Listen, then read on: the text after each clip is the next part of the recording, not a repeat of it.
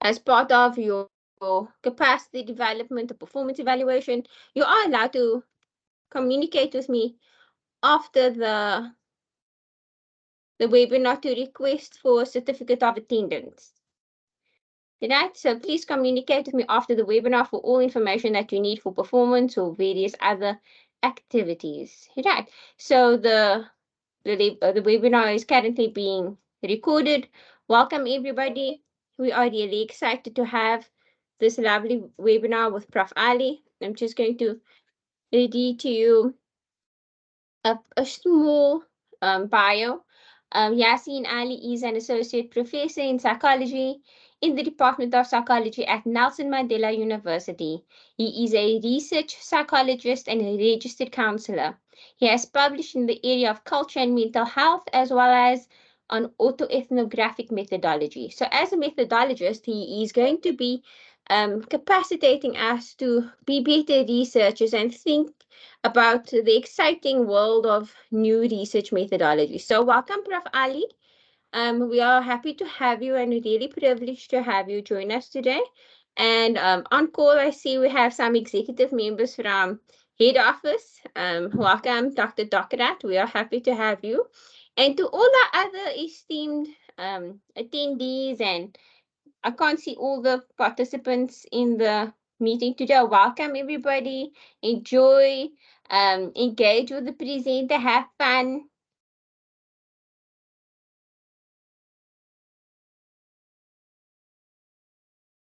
Excuse me, may I please request that if you're not me, please don't stop the microphone and camera and recording.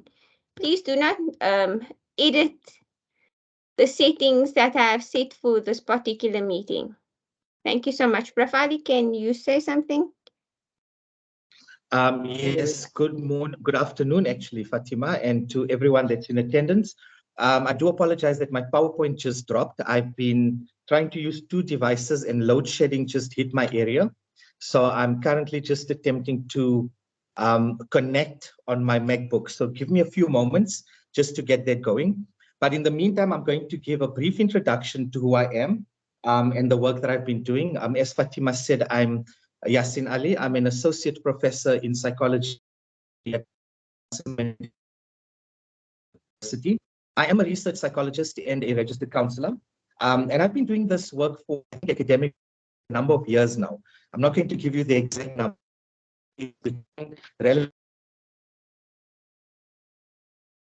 I guess that I'm hoping that with each of you motivate you towards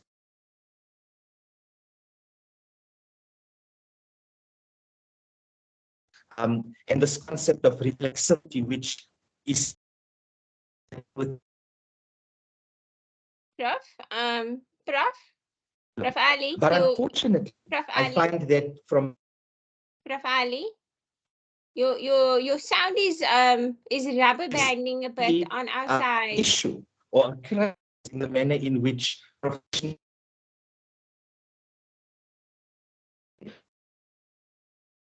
comes to reflections. I'm going to go a little deeper into that, but I'm just asking.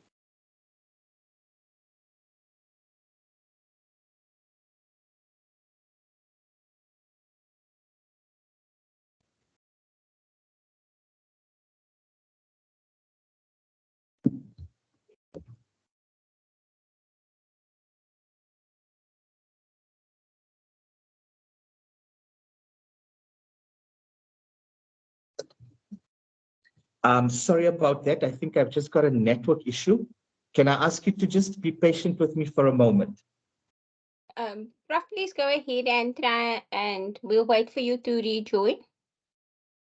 I'll be back in a couple of seconds. No problem. So, hi everybody. As you know, with load shedding and the South African reality, sometimes when we are doing webinars online, it tends to be a bit more of a adjustment because we have to address the load shedding issue. So please give the presenter just a few minutes to resolve the the data issue on his side. I'm hopeful that all will be well and that we can have a really lovely I'm back. webinar. Hi, Prof. I'm back. I'm back. Great stuff. Fatima, Great this is stuff. the thing, and to everyone listening, I do apologize. But just when I was about to get into I was about to jump into my passion, that load shedding decided to hit. So I do apologize for that, but I'll find my groove again. But I think I'm ready, and I just want to get a sense from everyone. Can you hear me? You can give a sign with your hand. I'm someone who appreciates those emojis and those emojis going up from time to time. Petra, your hand is up. Okay, you're giving the indication that you can hear. Fantastic. From time to time, if you guys are agreeing with what I'm saying, please give some emojis and emojicons. It kind of helps the presenter's mojo. Well, it helps me. I know with the online classes, it kind of makes me feel as though I'm actually presenting to real people. And it's something that I've said to my neighbors from time to time, that I do apologize because I live on my own. And from time to time, I go into this whole rah, rah, rah, rah, rah mode, right? Of suddenly talking academic. And I often wondered, what do they think of me? Because it's at random times during the day. So just needed to clarify that. Stay with me with this presentation. Okay. All right. So autoethnography in psychology, that's the title of my presentation. And I've taken it further by talking about the potential for self-development and the development of theories. And I'm hoping that by the end of today's presentation, I would have motivated you towards thinking about research slightly differently, especially given that we are within the field of psychology. And I guess this is one of my woes or frustrations that has developed over the years I've been in psychology with the discipline itself, is that we are so focused on the analysis of the client, on the subject, that we tend to forget we are humans in this process too. And by the time our students go through the training as master's graduates, forgive me for saying this, but I've noticed a sense of ego and almost, I don't know if it's ego dystonic, there's a lack of connection that these professionals suddenly a sense of authority and power over human behavior and human analysis. And I think that was, for me, a number of years ago, the reason why I started looking at, and the reason for this is I've got my own lived experience that is vast. We all do, each one of you sitting in this room. Yet as we get into the classrooms with psychology and our textbooks, we are unfortunately placed into these squares, these binaries, and these boxes. And we are told what human behavior is. We are explained how human behavior occurs and how pathology develops and what the factors are that causes these. And to take it further, we are also given interventions that we are told are successful in working with our participants and clients or whoever. But what's missing from this, and I guess that's the reason why the decolonial work in the South African context has really come to a fore, is the fact that majority of our theories and our models and our practical application of psychology is Eurocentric and Euro-hegemonic in terms of its focus. And while we are developing our theoretical prowess as South African academics and South African psychologists, I feel that we might be missing the point in how we are decolonizing or Africanizing our curricula in psychology. For the most part, we seem to be theorizing our way around these concepts by stripping ourselves away from the analysis as units of analysis. And therein lies the problem.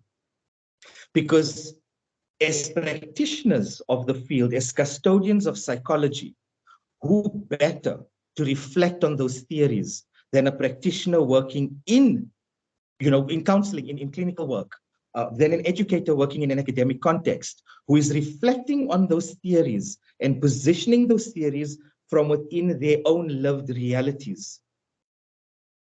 Okay, and I want you to sit and think about that for a moment, that if you are taking theory in psychology and merely internalizing it and replicating it for the purpose of understanding it for your tests, for your exams, and for the client or for your participant, you are unfortunately missing the point. Because psychology is a human science, and it is very idiosyncratic in nature, unfortunately. I'm going to burst the bubble if you thought it is just the science that you can analyze people with, because your analysis of the other will only be competent enough if you are able to analyze yourself through theory. And I know this is quite a big, deep thing for me to be saying. And I know that most students who apply for their masters in psychology, when they come in for selection, they'd say things to us like, you know, I want to change the world, and I'm all about helping people, blah, blah, blah. But 2 or 3 years into clinical practice, when you look at said individual, they are chasing money. And it makes you wonder, what exactly are we doing? And I know I'm saying a few very big controversial things here, but these are some of the politicized nature, or it's the politicized nature within which psychology functions. And I feel that the reason why this is taking place and occurring is that we are too centralized on the analysis of others rather than shifting that position focus to ourselves. Because the moment we do that, we will firstly be able to interrogate theory for its particular meaning and relevance in the South African context through our own lived experience. And if that particular theory or model or approach has particular flaws, then we can be those individuals who spearhead and shift the field. And in my opinion, that is the way in which a decolonial psychology and a discipline will actually develop. And I mean, this is a point that I'm making that's very big right at the beginning, that is obviously debatable. But I'm going to give you an outline of the presentation, just to give an indication of what I'm going to be focusing on. Someone like me actually needs an outline, because if not, I'll end up talking nonstop. And I do apologize as well as I'm going along. I do have a flu, which is why I had to shift the 11th of May's presentation to today. But unfortunately, I still have a bit of that residue. And you know what they say about men and the flu, right? It's quite deadly. So in terms of an outline of my presentation, I'll be firstly focusing on, giving a description and definition of what autoethnography is and why it's important for us to look at, and then to locate it epistemologically. This is something I feel many of my students actually struggle with generally, so I'm hoping I can share some information on that. And then obviously the steps to follow in an autoethnographic study, and then a discussion on the implications that this poses for psychology. Okay, and to give an indication, I'm not just talking or pulling information out of my thumb. I've published some work on autoethnography, reflecting on lived experiences. And there's some work still coming out with some of my students, but this is just an indication of work that has been done. Okay. Now, when we look at the concept of the term autoethnography, we need to firstly understand that it stems or is derived from the field of ethnography and anthropology.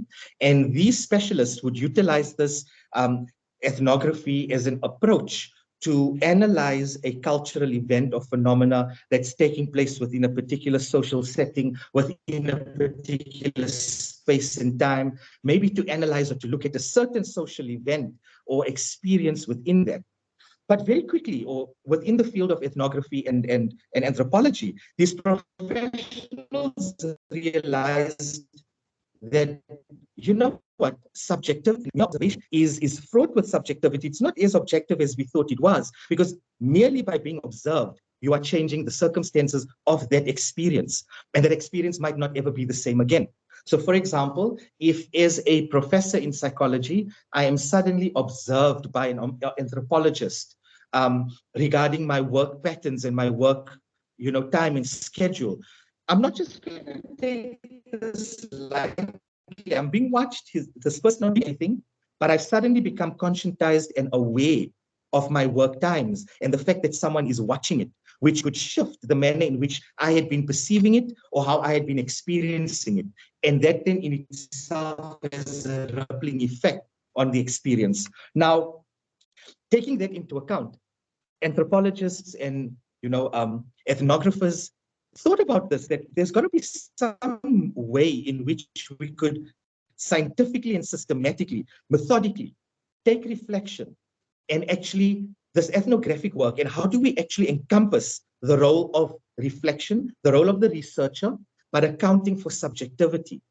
And that is the birthing of autoethnography. It's a very scientific, a very systematic approach for a researcher to combine your own experience of an event and to take that event and to link it into a broader or cultural or social context.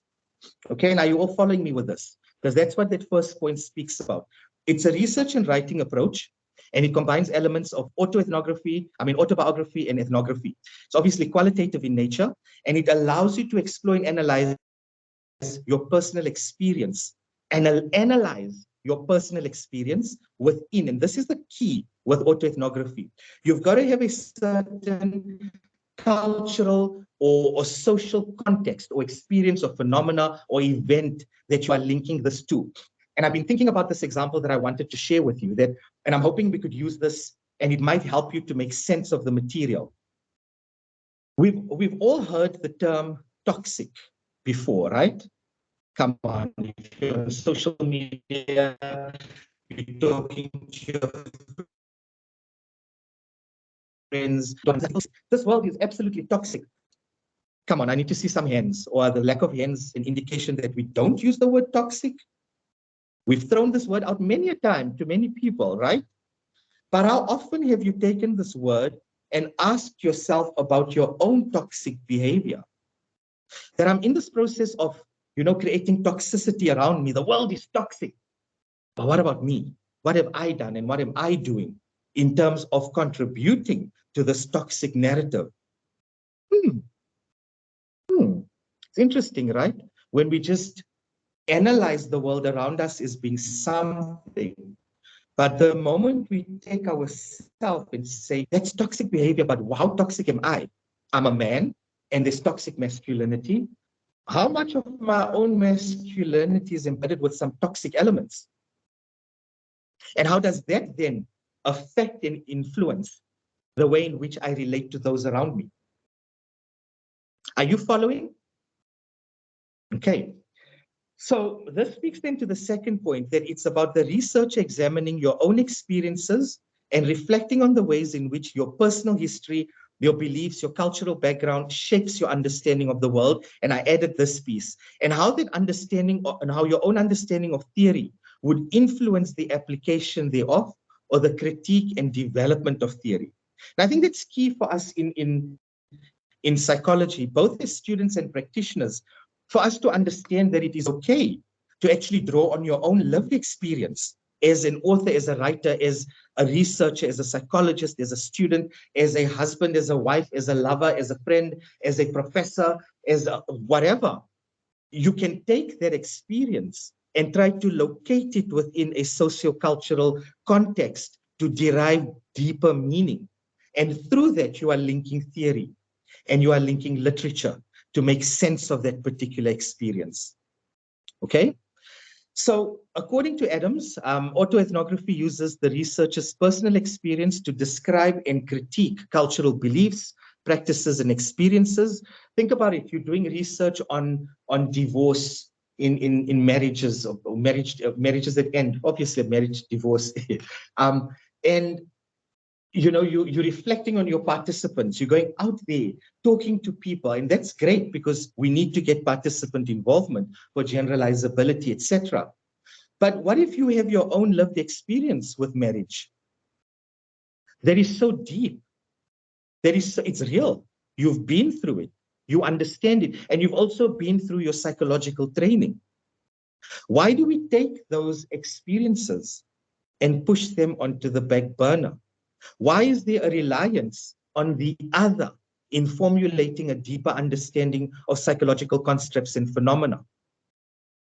And autoethnography with point 2 then acknowledges and values a researcher's relationships, both with self and with others. And I feel that psychology at this point, especially the practice of it, as much as, we are aware of transference and countertransference and, projection, and you've got to go for group supervision and clinical supervision, etc. How much of our own lived realities are we filtering through theory? And that's where I think the missing gap is we reflect, but we're not doing this systematically, methodically. And in that particular lacking, we are obviously letting go of copious amounts, histories of experience and knowledge that can be utilized to develop a psychology of relevance. Okay, so it's obviously using deep and careful self-reflection, but there's a balance of intellect and methodological rigor, emotion, and creativity. One of the things that stands out for me is that autoethnography can be utilized as a methodology to striving for social justice. And I think that in itself is quite powerful. Okay, so I'm not going to give you the picture on the right hand side of the slide. Just gives an more graphic explanation of what I was talking about. So the first point here in autoethnography, the researcher assumes the position of both the subject and the researcher. So it's very interesting because the object positioning now shifts, and so does the power positioning, because you have to, as the researcher, really embark on a journey of deep self-reflection on that phenomena or that construct that you are busy doing, or that you're busy analyzing, or that you're exploring. And the reason for this is that it's those narratives, those journal entries, those reflections that you are going to utilize to gain insight into that particular experience. Now, a few years ago, when I was interested in this particular autoethnographic methodology, I started writing on my experiences as a student in the field. And I also started reflecting on my own, just my experiences generally in life and living. And it was quite interesting because once you really engage with that material, once you've written the material down, you can then actually go to theory. So there's the separation of the self and the theory at first, but then there's the coming together, which can be quite problematic or challenging from a subject positioning, because you are analyzing essentially yourself. And that speaks to one of the issues that we have. But autoethnography does allow for marginalized or underrepresented voices. There's power in being able to share your story, in being able to share your own emotional experiences, or your survival story, or a narrative of something that you've been through or that you've personally encountered, and to that attaching meaning making. I must be honest, in terms of writing as a academic for a number of years in psychology, when I've submitted work on autoethnography, there seems to be a lot more interest from the journals and from readers, because it's a lot more meaningful in terms of how people connect with what is written. And I think that is very important for us to also keep in mind, okay? That by voicing the marginalized or the underrepresented, you challenge dominant narratives. And this is what is so exciting about this as a methodology. When we think about research, or when we think about the application of Freud in practice or whatever it may be, we often think we need to go and collect data from participants.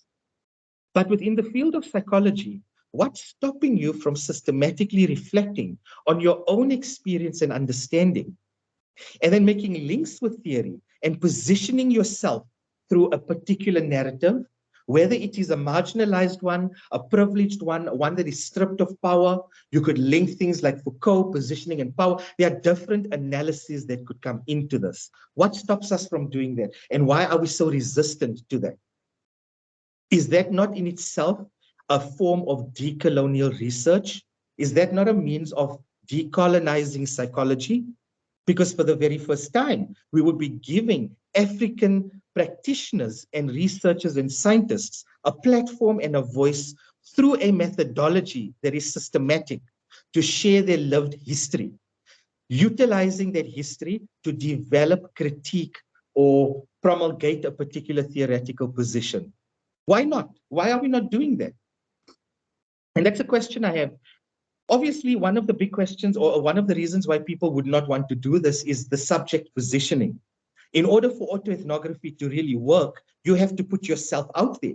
So if I want to write on an autoethnography on toxic masculinity in South Africa, am I going to reflect on South African toxic masculinity? How would I do that? I would have to firstly write on my own understanding of being a South African man, and then talk about toxic masculinity. And how am I toxic? How have I experienced toxic masculinity? And this is a question I'm going to ask you to sit with. How toxic are you in your own relationships?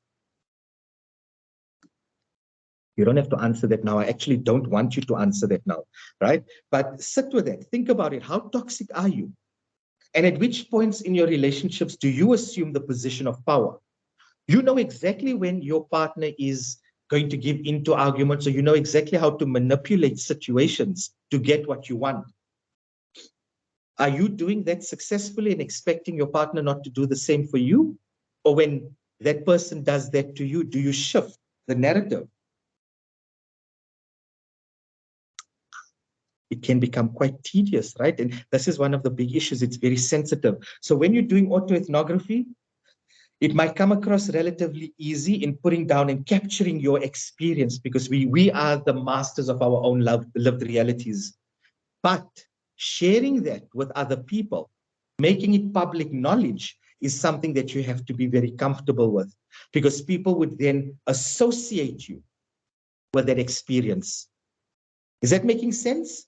And this is, I think, one of the challenges with autoethnography, is that when you are reflecting, you also need to ask yourself, how am I willing to share these reflections and the implications of that? Okay. So summary of the previous slides, and I'm not going to spend too much time on this, but I felt that this previous part of, or the first part of the presentation, was extremely important. So autoethnography is not just a personal account or reflection. It involves a rigorous analysis of the researcher's experiences, drawing connections to broader social, cultural, historical, political contexts. And if you think about the South African context, we have a plethora of experiences that people can reflect on. People get into the master's program for, really intense lived life experiences.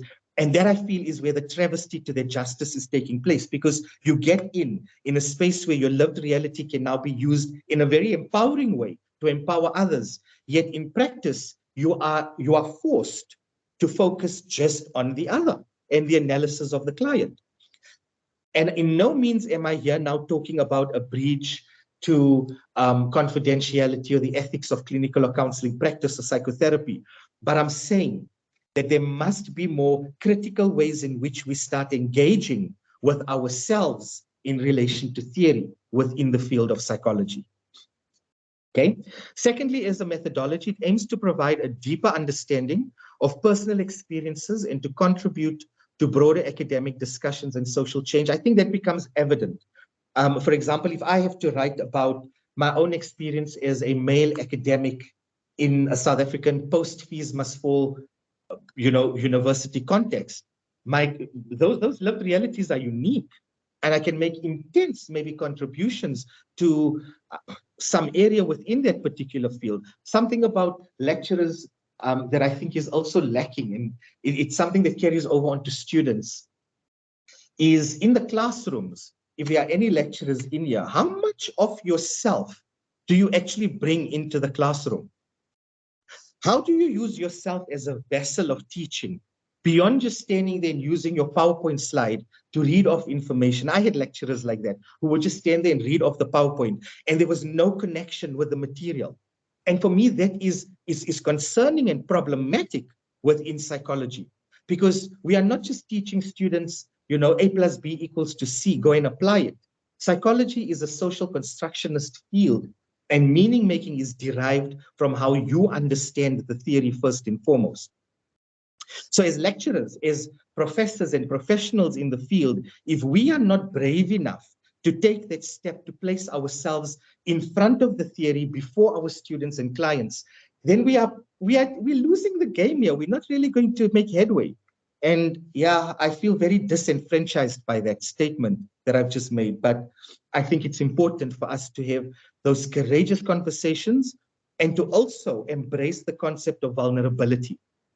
Because my very last point there that says the subject and object positioning with using an autoethnographic methodology shifts for you as the researcher, as the student, as the psychologist, as the academic, because you are the unit of analysis.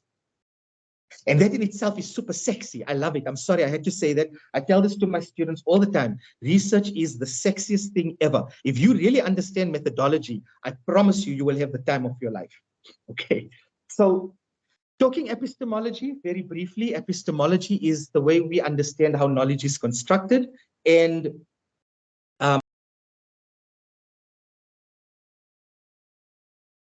Sorry about that. I didn't want you to see me blowing my nose.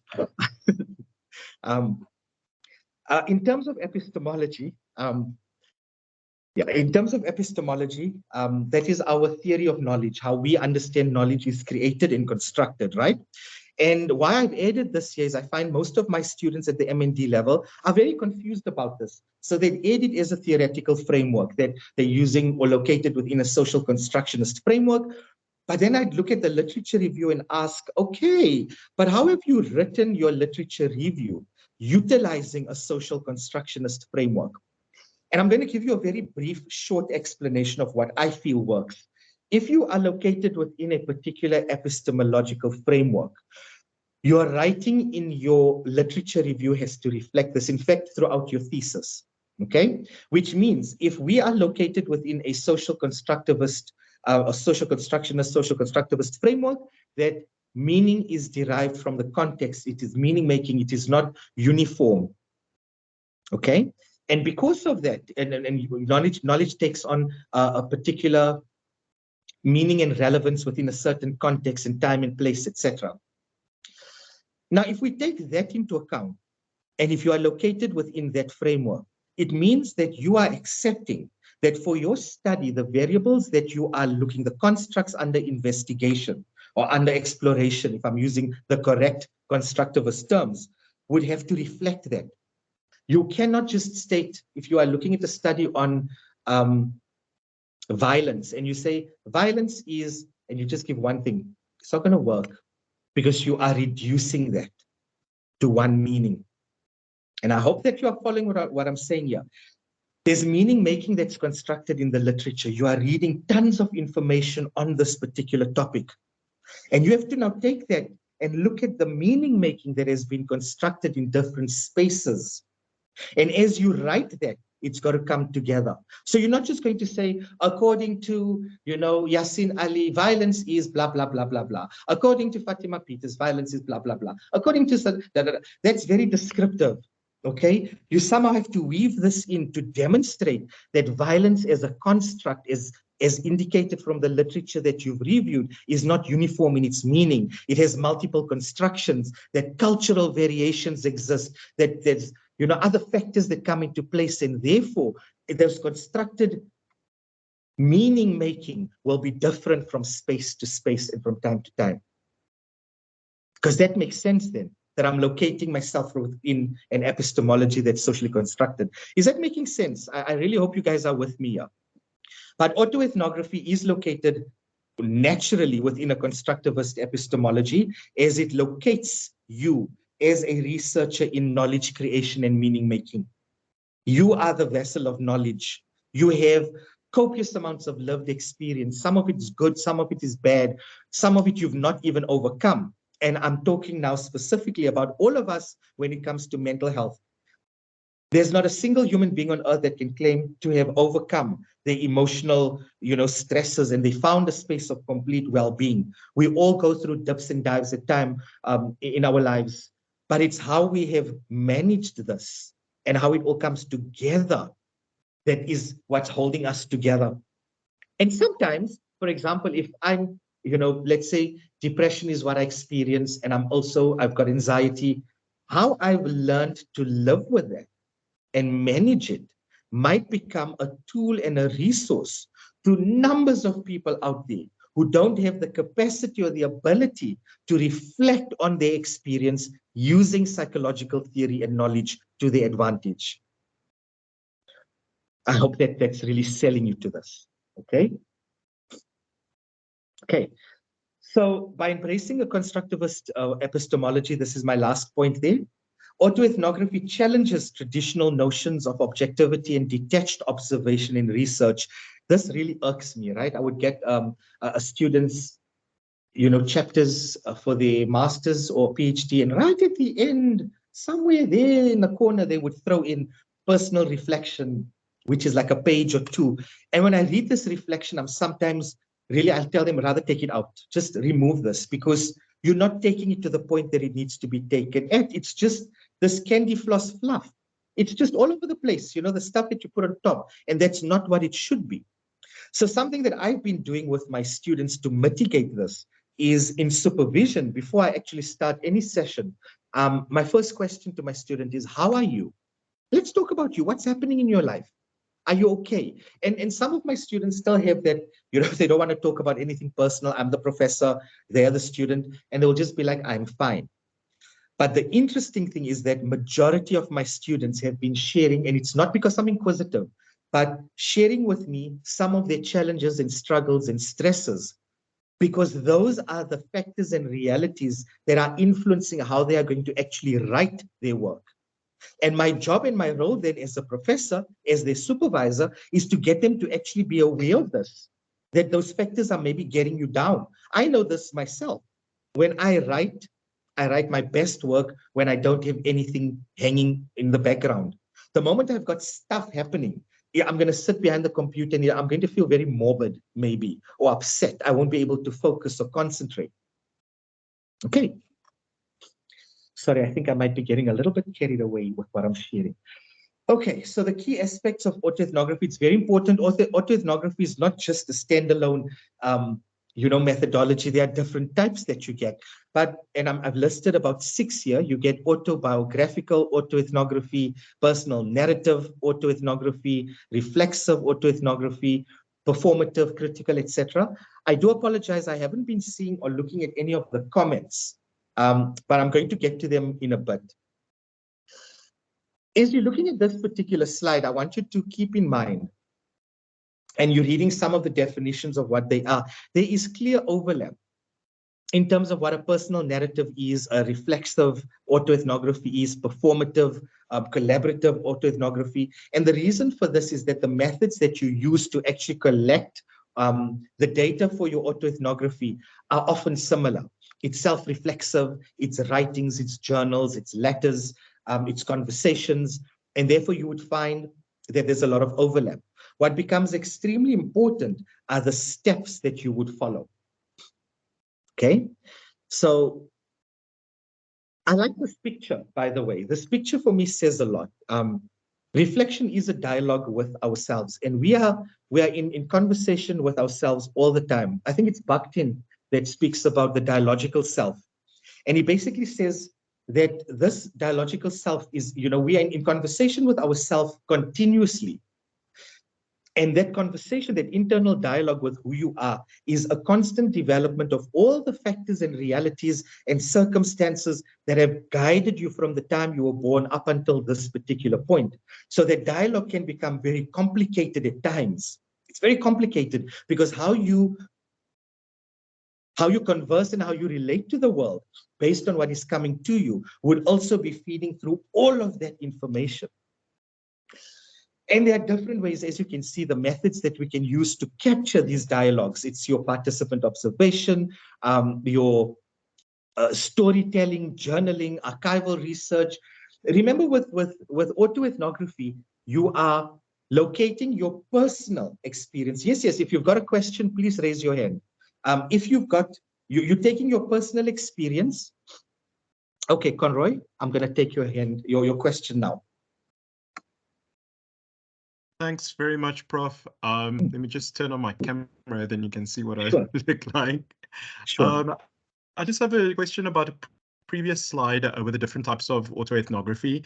If you cite authors like Chang and Bachner and Ellis, and you are busy with research where you're framing your research methodology as autoethnography, is it necessary to specify that you are doing a reflexive autoethnography or critical autoethnography, or can you just say your methodological approach is autoethnography and then very clearly state what the data collection and analysis would be?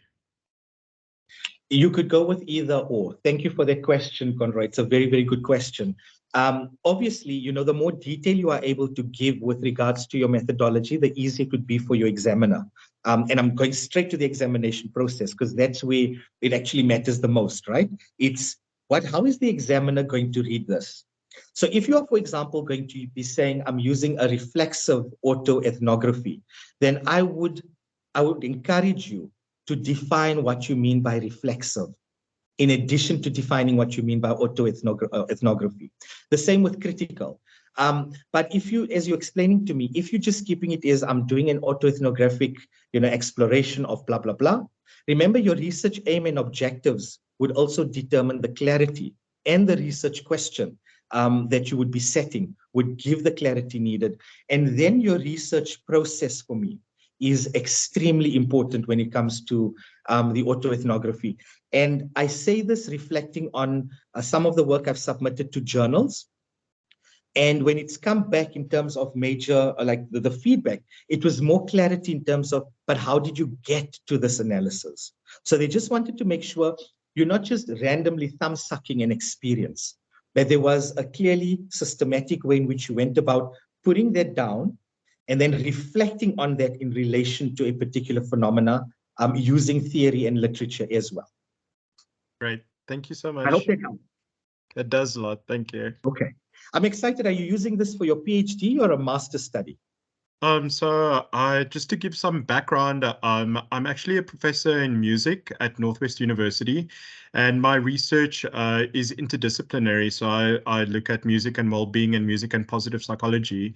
And so I know my scope of practice. I don't venture into pathology or anything like that. But a lot of the research that we do focuses on well-being theory or positive emotions, that kind of stuff, flow, self-actualization. So I'm actually busy with a master's at the moment in positive psychology, and my thesis, which I will be publishing as an article, I wrote the title earlier in the chat, but if you're interested, I can just read it. So it's the interplay between flow in music listening experiences and self-actualization and autoethnography of a music educator. This makes me very happy. This makes me very, very happy. I'm hearing words like self-actualization, and typically when we hear that term coming about, the first question is, but how do I go about exploring this? How do I elicit this from someone? And how better to do that from an autoethnographic perspective? Absolutely. This is fascinating work that you're doing, and I have a few ideas for you. If you want, we can maybe even via email just drop me an email. I've got some ideas about how you can even maybe take this a little further. That would be wonderful. Thanks. I can always send you my proposal as well that I sent into our scientific committee, and then maybe get some feedback. That'll be perfect. Now that's awesome. Roy, thank you for that. Great. Yeah. Thank you very much. It's a pleasure. All right. Are there any other questions at this point? I just want to reflect on the question asked. A very good one. In terms of, when I'm using, excuse me, there are two questions. The one comment was, while I agree on reflecting on my experience as a source of data, will this not be taken as navel gazing? Let me go for the navel gazing. I love that, because this is one of the biggest critiques when it comes to autoethnography, is that there's the assumption that there isn't particular steps or a systematic approach to actually looking at this, which is quite problematic, right? So in order to counter for the navel gazing is to firstly locate yourself, or to understand that autoethnography is not just reflection.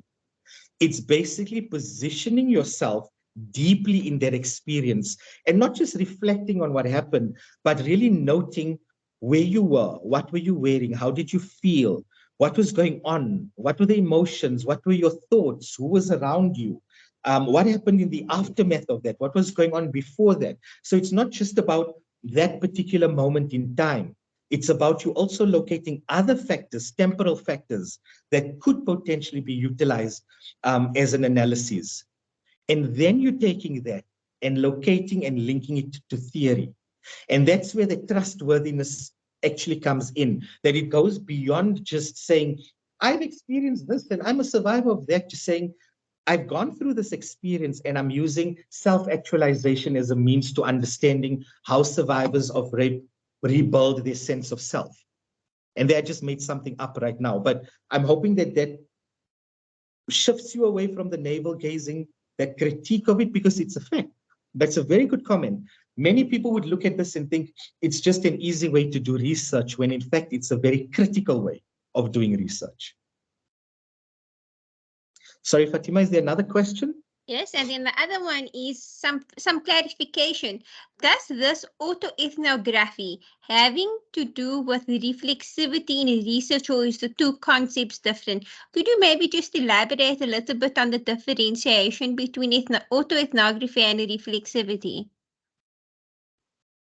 Okay, so I think I've touched on it with the previous question as well. So your reflexivity is, you know, the researcher is engaged in a particular process, gathering data on a particular topic, and then you reflect on that particular experience. So it's not something that you are placing yourself into personally, but it's more on how you have experienced that, looking at it objectively. And I think when it comes to reflections, there's still a level of objectivity that the researcher would embed. As much as you're reflecting, you are not going deeper, which is what the autoethnography allows you to do. So your reflection is one thing, but your depth needs to actually have a particular point at which it meets something else. So your reflection is here, you can take it deep, but it just goes deep and that's where it can stay. There's no link to theory. There's no bringing it back up with that theory to actually a more generalized position. And that's the distinction between reflection and the autoethnography. With reflection as well, there's no clear-cut methodological steps that you can follow or procedures that you can follow to actually ensure that this is something that can be maybe not replicated the way that you've experienced it, but the methodology in itself can be replicated.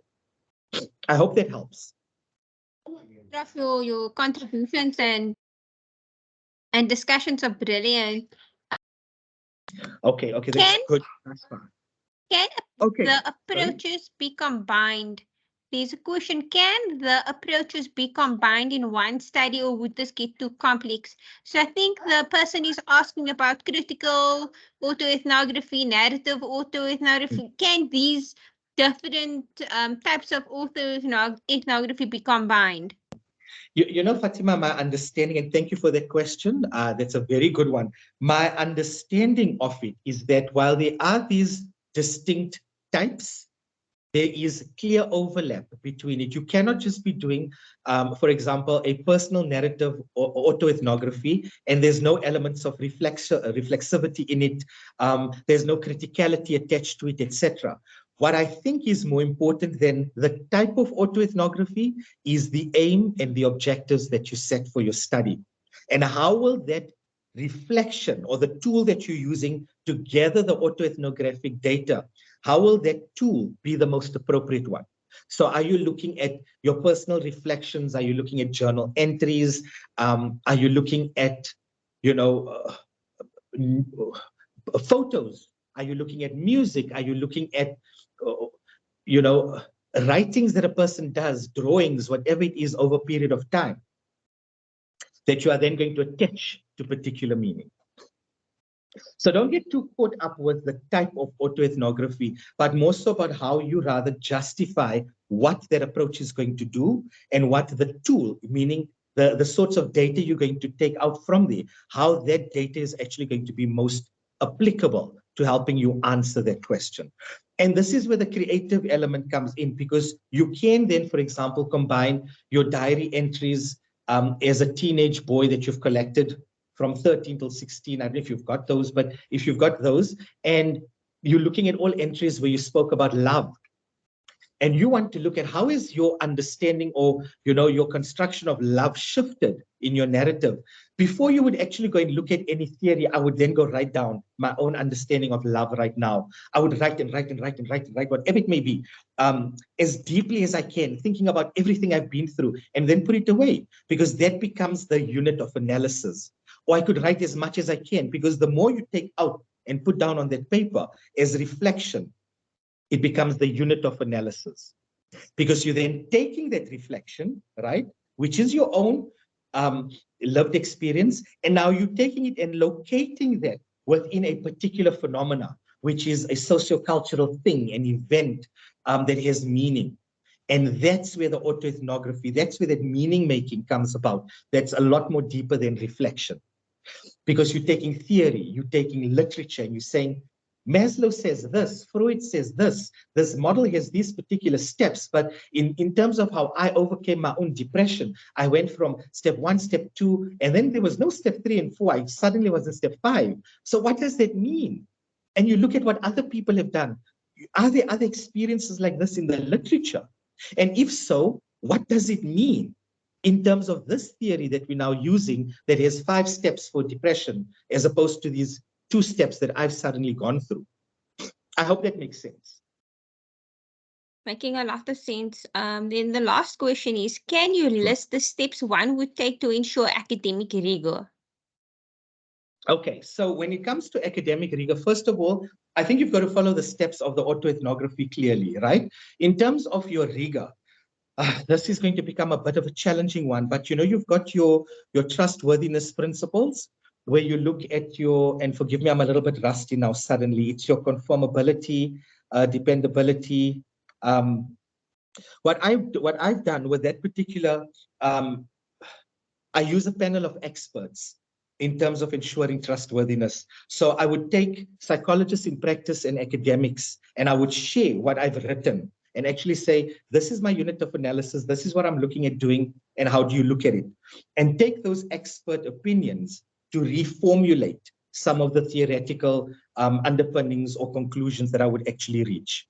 I hope that makes sense, because that in itself is a beautiful methodological step-by-step stage. I'm reflecting, yes, but now I've reflected and I'm making links theoretically and scientifically. But now that I've done this, I need to ensure that my own subjectivity was contained in this process, because otherwise I'd be creating a theory as my own, the way I'd want it to be created, without actually bringing in that criticality, okay?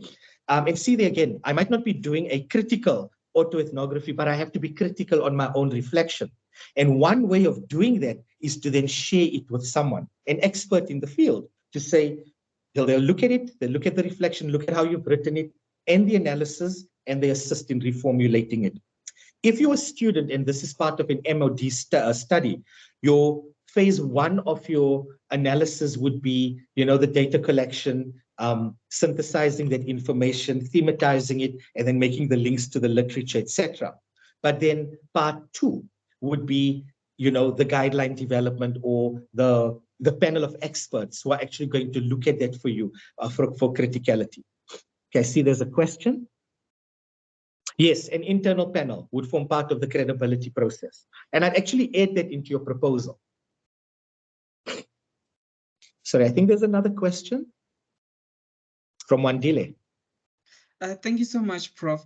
I have one question. There's a student that I'm helping to publish her reflection. So what would be your advice, Prof? Because I've written one paper on autoethnographic, and we invited a third person to say the person will be an objective reader or a critical reader for us to eliminate as being subjective. So now I've been torn in between to say, does she include me as the second co-author, as the co-author, because it's a reflection, so I have to eliminate being subjective. So I need advice on that. We just posed there because I was like, I'm still going to do a research because of this. Thank you. Sure. Just to get some clarity, so your student is reflecting on her reflections. You want to publish on that? Yes, she's reflecting on her reflections when she was collecting data in the field and all that, yeah. Okay, so and you want to be a second author, you're bringing on someone else as a third author? Yes, Prof. Nothing stops you from doing that. Again, with an autoethnographic paper, remember you'll be writing from the first person or from the we perspective. And I think that's the vantage point for you. Be clear, clarify the procedure, because with an autoethnographic paper, your methodology is sometimes positioned upfront, where you're telling the reader, this is an autoethnographic paper, this is what I followed, and this is why I'm doing it, and this is whatever. You can include that as one of the steps as part of your methodology. That the researcher did the reflection, number one, then the supervisor came in to, objectively look and critique the student's work. So there was that scientific rigor that was developed. And then to ensure that the supervisor-supervisee relationship was not subjective, a third person was then brought in to read it critically. But all three would then be included as the author. That's very doable. Well, thank you so much, Prof. The other thing you could do, and I've seen this with a few autoethnographic papers that have been published, is, you have your reflections, but then you, as the researchers come together from two very different perspectives, you sit down and you record yourselves for about 10 or 15 minutes, or however long it takes, just talking about that subject matter. And that transcript also becomes a unit of analysis. So there's a level of creativity that you can also bring in. Where, for example, student, you as the supervisor and this expert panel member can sit and you reflect on writing the paper. That in itself could be part of the data and how you guys mitigate it for any potential barriers. I saw a question come up about, what if there's no literature on the topic? What do I do then? How do I then utilize autoethnography? The thing is, if there's not enough literature on a topic, right, then you need to firstly, my gut wants to scream grounded theory. And I've just had a student doing this at the PhD level. It's not easy, but it's not difficult either. But before you even jump into doing something like a grounded theory engagement, once you've done your personal reflection and you've got your journal entries, etc., look at other experiences or situations that may be similar to the one that you are investigating. And I'm going to use a very random example. Let's just say there were no motor car accidents in the South African context, and you were involved in a little minor crash, right? And you are interested in reflecting on this, but there's no real data on this, talking about people's psychological and emotional responses or reactions to this.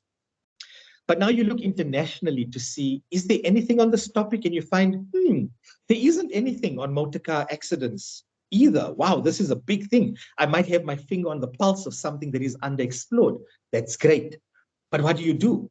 So now, instead of looking at motor car accidents, look at the next most relevant and linked thing to a motor car. Maybe look at, I don't know, ship accidents or motor vehicles, whatever it is, that crashes. Look, you've almost got to scaffold out to see, is there anything in the peripheries that I could maybe use to actually draw some justification? But if there is no data, this becomes a challenge if you're talking about it from an autoethnographic perspective. I would then actually, you'd have to find some literature to support, or you could do some autoethnographic grounded theory where you combine the two methodologies together. But instead of you then just being the person who's reflecting on this particular phenomena, you get other people to also reflect on the same phenomena independently, without any influence about what it is you're looking at. It's just, here's this topic, and I just want you to actually reflect. And then you take those units of analyses, and you then be able to generate data. I don't know if that's making sense or that speaks to the question. I really hope it does. But that would be something quite fascinating, I must be honest. If you could take autoethnography, which is a very personal, and it makes sense that I'm identifying there's something that there's no literature or minimal literature on this topic. How do I then legitimize my own experience? And I think that's where the creative component comes in. The second thing to look at here is also when it comes to autoethnography, you need to look at the journal that you want to publish in, because some journals are very open to publishing work that is, and I'm going to say this, self-reflection can be and is scientific. It's just about how you write it up. And you have many journals that will be willing to take those personal accounts, those narratives, and those memoirs as well. But unfortunately, it might not be in a journal of psychology at the moment. Journals of psychology have become, and psychology as discipline has become very pro-biologically inclined. I'm not sure if you're picking up on this trend, which is a little bit scary because neuro is very biomedical. It has the social constructed nature, but it helps. It needs to actually, there needs to be further development, I think, in terms of methodologies on a qualitative level. And I don't think we are doing that quite effectively. Okay. I just want to check with steps. There was a question that popped up again, Fatima. Sorry, I can't seem to access it. I'm using two devices here. No problem, Prof. It says, can you maybe comment on analytical autoethnography briefly? Analytical autoethnography, critical autoethnography. I've got to be honest with you. I am not an expert on these particularities of autoethnography, and I'll be lying if I said I knew anything detailed on analytical autoethnography. For me, the word analytical is almost the same as critical. So it basically means you're going to be critiquing or analyzing your own particular ethnographic work or reflections, but you're not just critiquing it, you're using a particular theoretical framework or model or literature to look at it from within. So I do apologize, there is a bit of a limitation in my own knowledge, but the issue with autoethnography, and I'm hoping you are picking up on it from this particular slide, is that the overlap between the different types is glaring. And I don't think that there is a possibility to clearly demarcate any of these from each other, because autoethnography, by definition, is critical. It is analytical. It is in a way performative, because you're also reflecting on your own, behaviors within a particular experience. So it can be all of these things in one.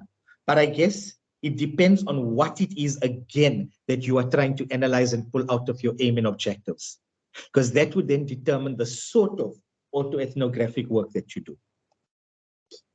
Okay, so steps to follow. You will note that the steps are not they're not rigorous or challenging. It's firstly, you need to select a topic. You need to understand why you're choosing that topic. And obviously, in terms of your reflection on the topic, there has to be something very personal that you are willing to share. Remember that autoethnography is unfortunately located in the personal. And if you are not willing to put the personal or parts of that out there into the world, then you might have a challenge in terms of how you utilize this methodology. I've also added that what is the research question or the aim and objectives, because this is what will guide. I know it's the same with every study, but because you are the unit of analysis, you might have to return to your research question constantly to ask yourself, what exactly is it that I'm doing? Why? Because your understanding of yourself is evolving. And as you are doing this autoethnographic work and reading, life is happening and complexity develops. So you might have started off at point A with your analysis, but you're now at point Z because life is happening in so many other ways. But you might have to actually separate some of those particularities that are taking place from the analysis in question. Okay? The second step is obviously to engage in self-reflection, unless you've already had writing or have writing that is being done. And what you've got to do is consider things like your beliefs, your values, your moral compass, things, your religious perspective, your family situations that could have influenced and compounded on this particular experience. And it's not just about reflecting to be like, I was in the situation, but it's about, like I said in the previous slides, going deeply into emotions, thoughts, and memories. And sometimes that can be quite a painful one, because you rehashing old experiences and old pain for the most part. You then have to conduct your preliminary research, where you look at literature on the topic. You analyze that particular event. For example, Fees Must Fall. You need to look at what was Fees Must Fall about, if that's what you're analyzing. What were the students all about? And now me, as a lecturer, as an academic, what am I reflecting on about Fees Must Fall, and why? And how am I going to bring the two together, and for what reason? Am I attempting to show some sort of political connection that lecturers had towards the movement, or some resistances towards it? It depends on what I aim to achieve with my research. Okay, so that's the preliminary research. You also have to be, so I read this article once where they say sometimes before you actually do your autoethnographic work, the preliminary research might actually taint your memory, or taint you towards reflecting in a certain way. And I guess that for me is also something to consider, that your reflection has to be genuine. How genuine are our own reflections? I don't know. How genuine are our participants when they give us data that we collected from them? but we put in steps to mitigate for risk, especially when it comes to data breaches, etc. The data collection, like I spoke about earlier, it takes different forms, but the data that you collect will serve as the primary source of your analysis, and you have to be very clear about this in your write-up as well. This is then followed by analysis and interpretation of the data. Look, it depends. I've had this discussion before about, can I now attach a thematic content analysis or a thematic analysis or a narrative analysis or discourse analysis to whatever I've collected? Nothing stops you. Nothing stops you. It's another step in your analytical process. Again, I'm going back to aim and objectives. What are you aiming to achieve? What is it that you want this particular methodology to do for you in terms of drawing out certain pieces of information? Okay. Then with your reflection and writing, you have to reflect on your analysis and findings. What's the implications of the experience within the context of your research? Again, the writing here is now where you have to take literature on the topic and look at what other studies in this area have found, and then try to merge the two in reaching certain conclusions. It might seem a little bit tricky, but I promise you it's actually a lot more simple to write. The way I've done this before is I would write on a particular experience quite intensely that I really want to reflect on. And then I would then look at literature to see what do people actually say about this, and then I consult. So I would consult with experts to say, this is what I've done, this is my experience, this is what the literature says, and I'm now trying to bring the two models together. And I would work that and weave that into my analytical process. Okay. You have to also review and revise your autoethnography constantly. This will take place. The use of peer mentors, peer reviewers, advisors to improve your work. What happened to me when I was doing my second writing is I shared it with one of the editors of the book as a expert. And it came back quite critically. She was like, Yasin, you're reflecting on this particular experience, but you haven't really done any depth here. She's like, I'm missing the following. I'm not seeing this, and that. And I was like, whoa, okay. I didn't even think about putting those pieces of information in. And I thought I was doing autoethnography. I thought that I had reflected deeply. So the use of, or the role of editing and constantly revising your work with autoethnography is really, really important, and sharing it with a panel of experts or a review committee or someone. And finally, is your sharing and dissemination of information. Again, this actually speaks to, before you engage in an autoethnography, ask yourself, are you comfortable with having yourself placed out as a unit of analysis in the broader world, for people to actually pick up a journal article that is based on a particular lived experience you've had, and for them to use that in their own writing and to know a bit of your own personal life? That is where the ethics, I think, comes in. And I've left it open there because the same ethics would apply for most studies in terms of harm and safety, etc. But you basically, in terms of confidentiality, are you comfortable with what you are going to be sharing? That is important. Is personal, the personal confidentiality, and about the breach in your, not even your anonymity, because it won't even be anonymous any longer. The work that you're putting out there in an autoethnographic work will reflect you personally in a certain way, and you open yourself up in various ways to criticism, depending on what your topic is. So the more sensitive the topic is and the more personal it is, the more likely it is that you are going to, receive the criticism from the world out there.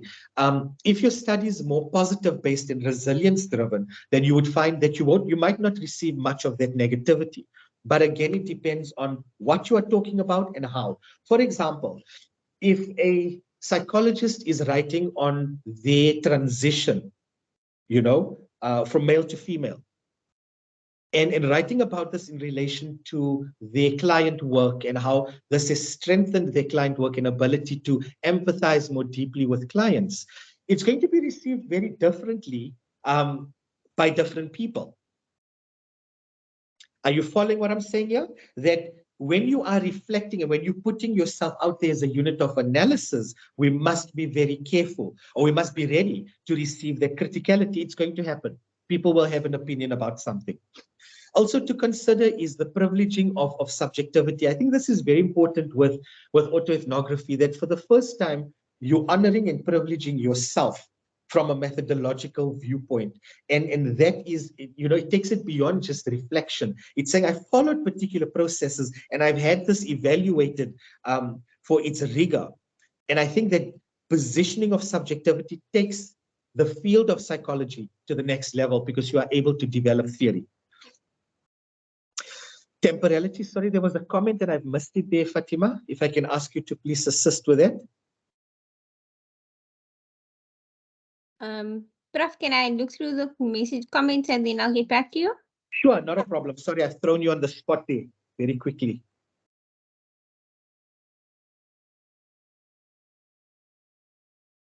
I don't know where my presentation is gone.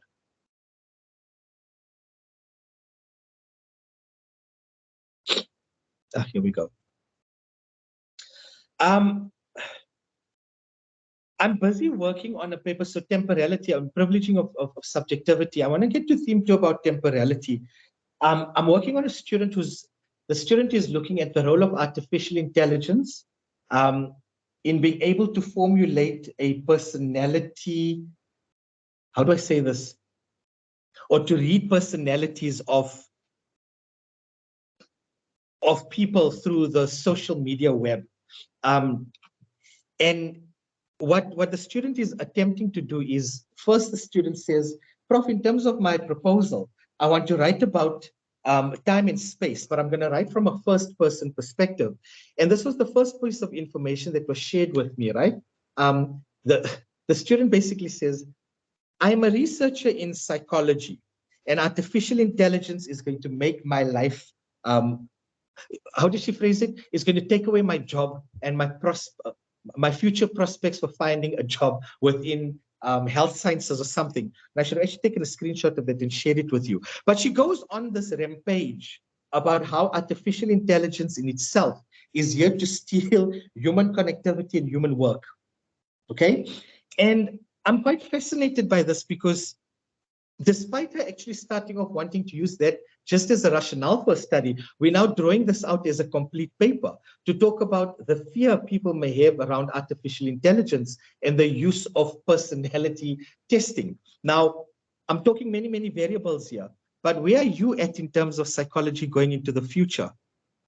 Are you still on the perspective and the view that psychology is idiosyncratic and one-on-one, that it's meant to be a one-on-one discipline?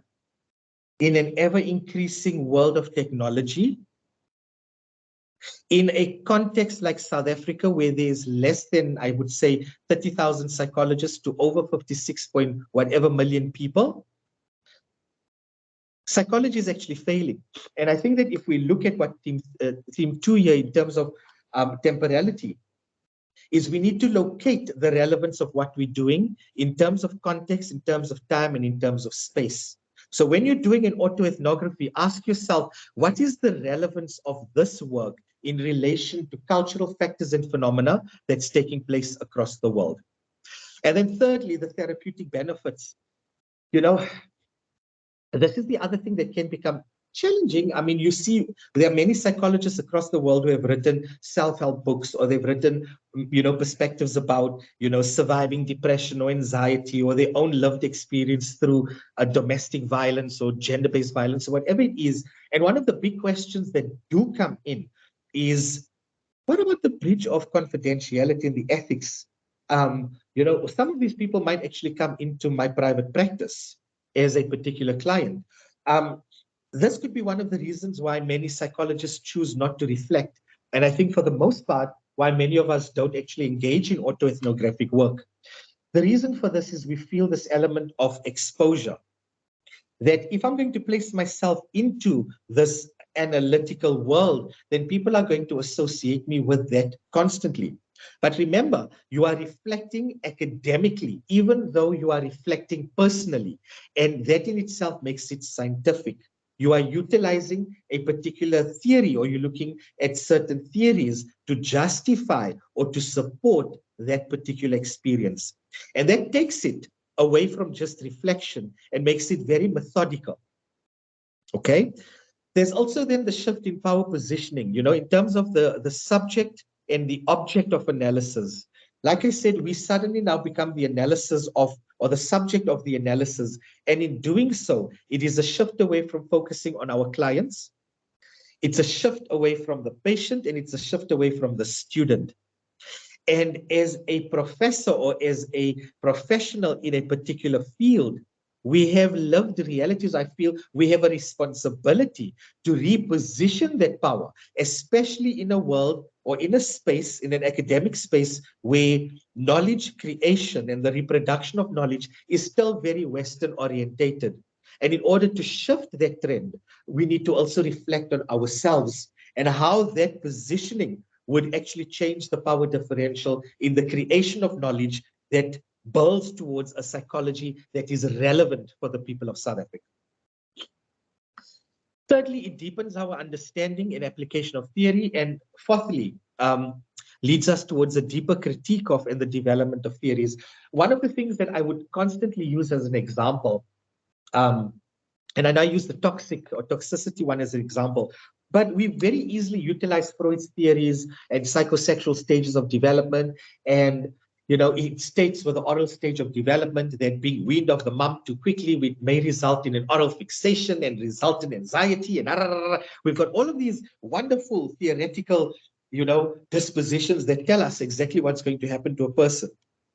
In the South African context, the nature of life and living, due to our socio-political and historical conditions, have seen to a displacement of people across the countries. And you would find that younger mothers, especially in African context, would leave the child with grandparents or with a sister or with, someone to look after the child, who would then also maybe breastfeed the child, or maybe breastfeeding is completely taken out of the equation. Does that mean that particular child, and by definition, large numbers of children are growing up, as Freud would mention, with a particular fixation? Maybe not. Maybe that theory needs some revisiting. How do we do this? You don't have to always collect data. There could be some personal reflections from a psychologist in practice, working with clients of anxiety, looking at their particular backgrounds and trying to create some divergence or critique of a mainstream theory. Especially when that particular theory or that particular orientation challenges or goes against the notion of the mainstream cultural or political or socio-historical conditions of the context that we are currently located within. It requires us to critically relocate and to reshift. And I think if I don't stop talking now, I'm going to start talking out of, or pulling things out of my thumb. So at this point, I'm going to maybe stop presenting and see if there are any questions that you might have. Prof, I've gone through all the comments and questions in the chat. Sorry for that. I can't see the one that you were referring to, because I've already mentioned all the ones that had come up. The question Connery has is, which author who writes on autoethnography as method discusses temporality? What other sources do you cite when describing the method? Okay, so you know what, Ellis and Buckner write, but they don't actually write a lot on temporality. There's, what was this lady's name now?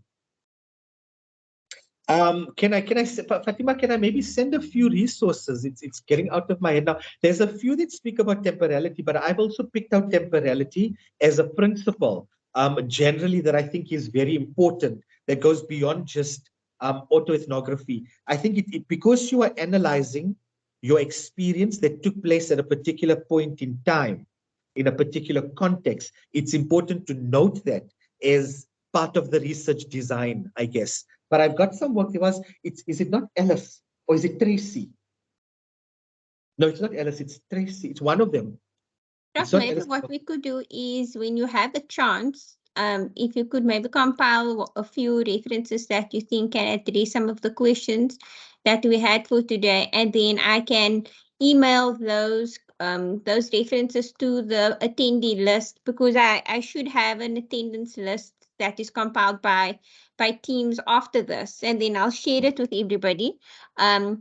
You've been getting emails from me quite substantially over the past few years, everybody. So you have my email address should you need to engage with me and ask me for anything as well.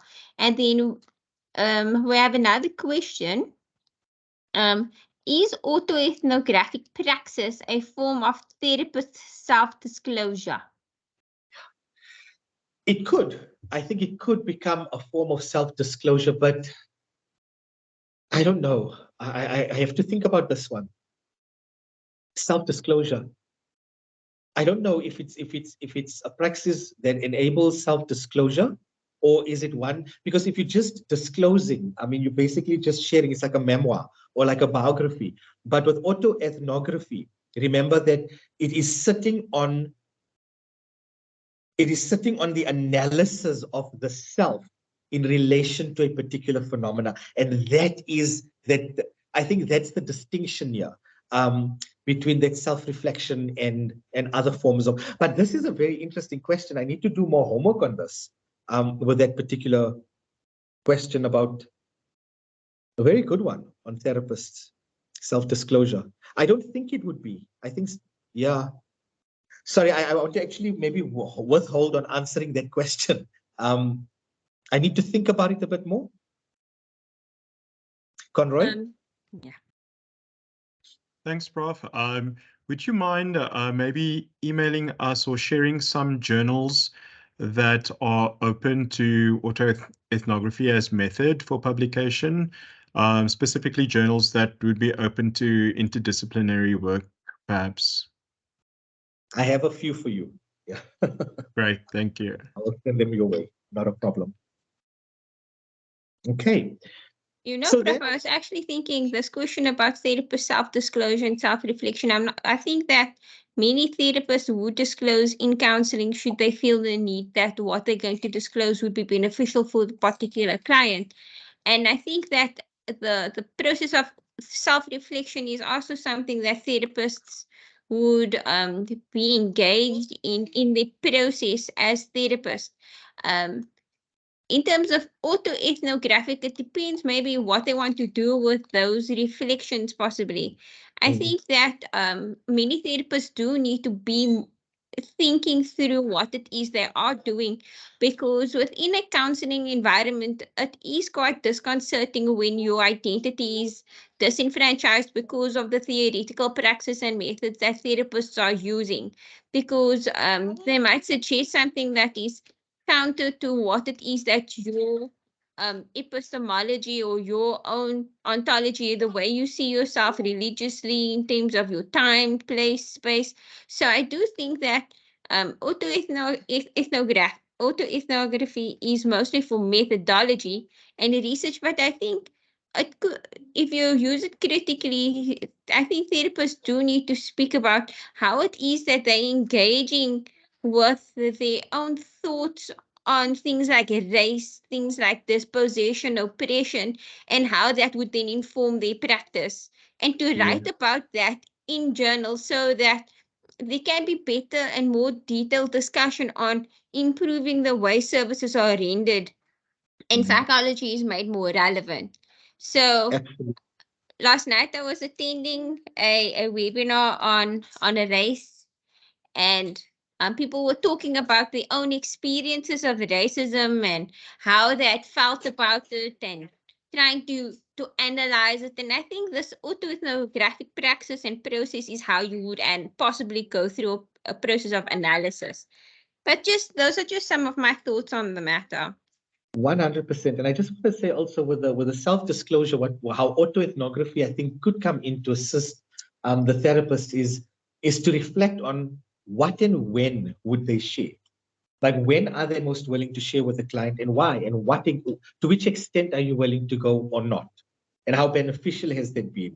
I think that but I'm now intrigued by this question about the self-disclosure and autoethnography. I think I want to go and just research this a bit more. Whoever asked that question, that's a very good one.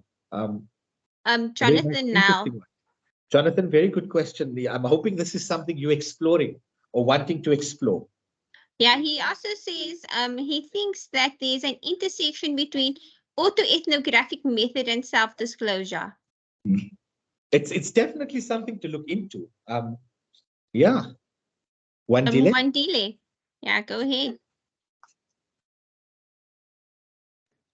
Thank you, colleagues. I would just, on that question, it's a very interesting question because when I wrote my autoethnographic paper, I was writing it with my cousin. Just to share a bit, we were sharing, he's a psychologist, a clinical psychologist, I'm a research psychologist. So we were looking back to say what happened when we lost our grandparents. So the title of the paper is still under review. It's called in Siswati saying invoza aikali, meaning that a man does not cry. You understand? So we were saying that what happens to us, he was 16 years old, I was 20 something when my grandparents passed away, and we were told that you cannot cry, you understand? So it's more like when we were writing, a lot of things were happening and a lot of emotions were triggered. And I felt like I was in therapy because I have never spoke about the passing away of my grandfather. I just remembered a question. I questioned my grandmother when she said to me, "You cannot cry in front of the people. What are they going to say?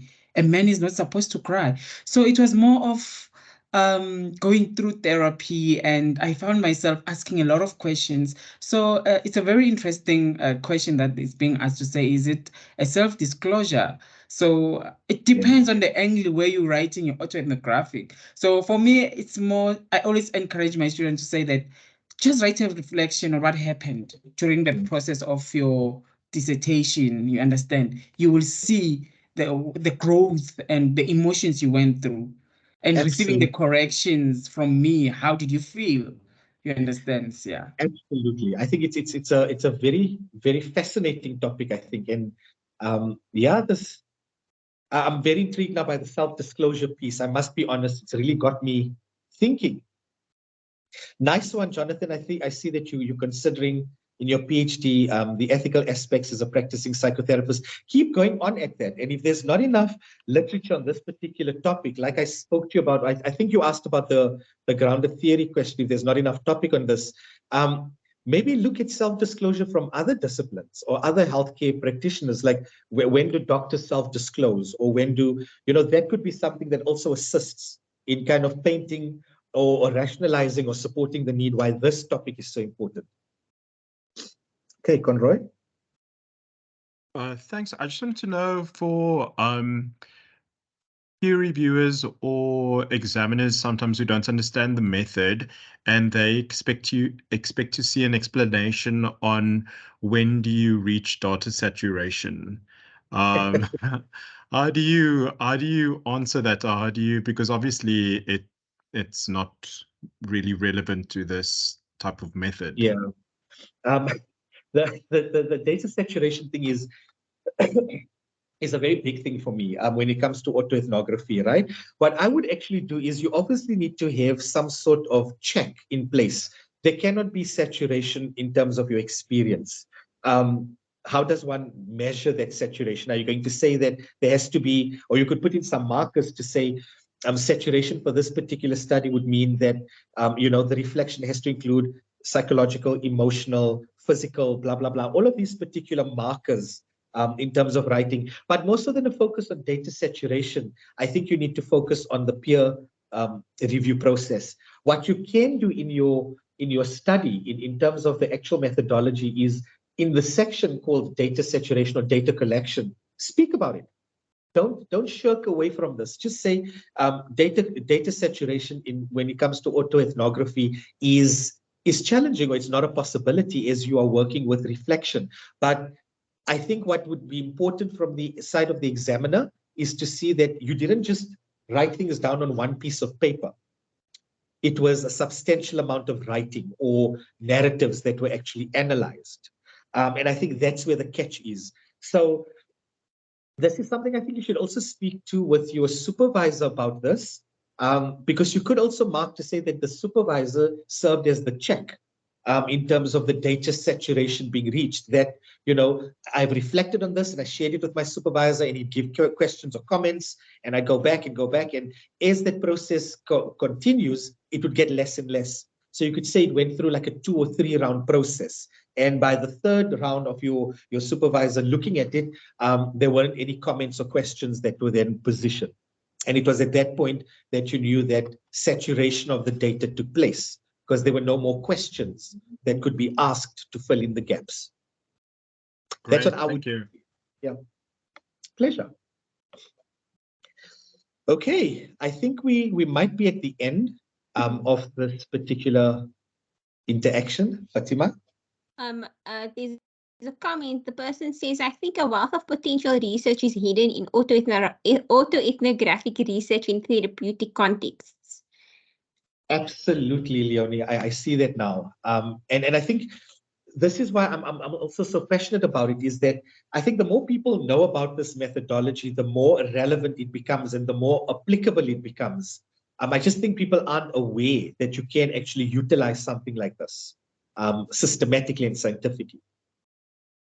I just wanted to reflect on something you said about the person reading the article. So I actually had quite a personal cathartic experience where I had read somebody's work and the autoethnographic experience of being a Black woman in an academic institution. And I had read it and I had related to this person's experience on such a visceral level. And I was like, I was so touched by what this person had said.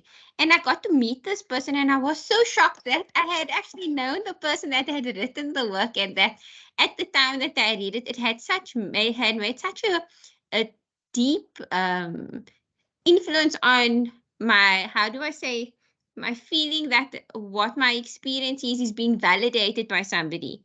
And so in this person's article on her own autoethnographic experience, so I think it's quite interesting and important that we realize that the people reading actually are relating more deeply to what we are writing when it's written from an autoethnographic perspective. Absolutely. I think that's the selling point. I mean, there's such saturation of data. We've got enough information in the world, but people want more of those personal stories because that's where the connection is. And in psychology, it should be that way. Okay. Can I just add something to what Fatima said? Sure. Directly what you said, that your last sentence. There's a quote by Chang, who writes on autoethnography, where he says autoethnography has the potential to transform self and others, to motivate them to work toward cross-cultural coalition building. And I think that's so true. Like when you first examine how you have been transformed, and you disseminate that knowledge, then other people in your same context resonates with that, and they can then facilitate transformation in their own lives. Absolutely. Absolutely. I think it's one of those, liberating methodologies that do exist. Okay. Well, I hope you all have enjoyed this presentation and that I've somehow managed to give you a little more insight to it. I must be honest, it's still a very developing area in terms of my own understanding, because it's so vast, it's so reflexive, it's so creative, that you can do almost anything with it. And again, I'm going to motivate you all to try and incorporate more autoethnographic work into your professional lives and even into your academic lives. I think this is a liberatory, decolonial, progressive methodology that I think is only starting to gain momentum in psychology in South Africa now. And I really hope that it takes over within the next few years. Thank you all, and to Fatima.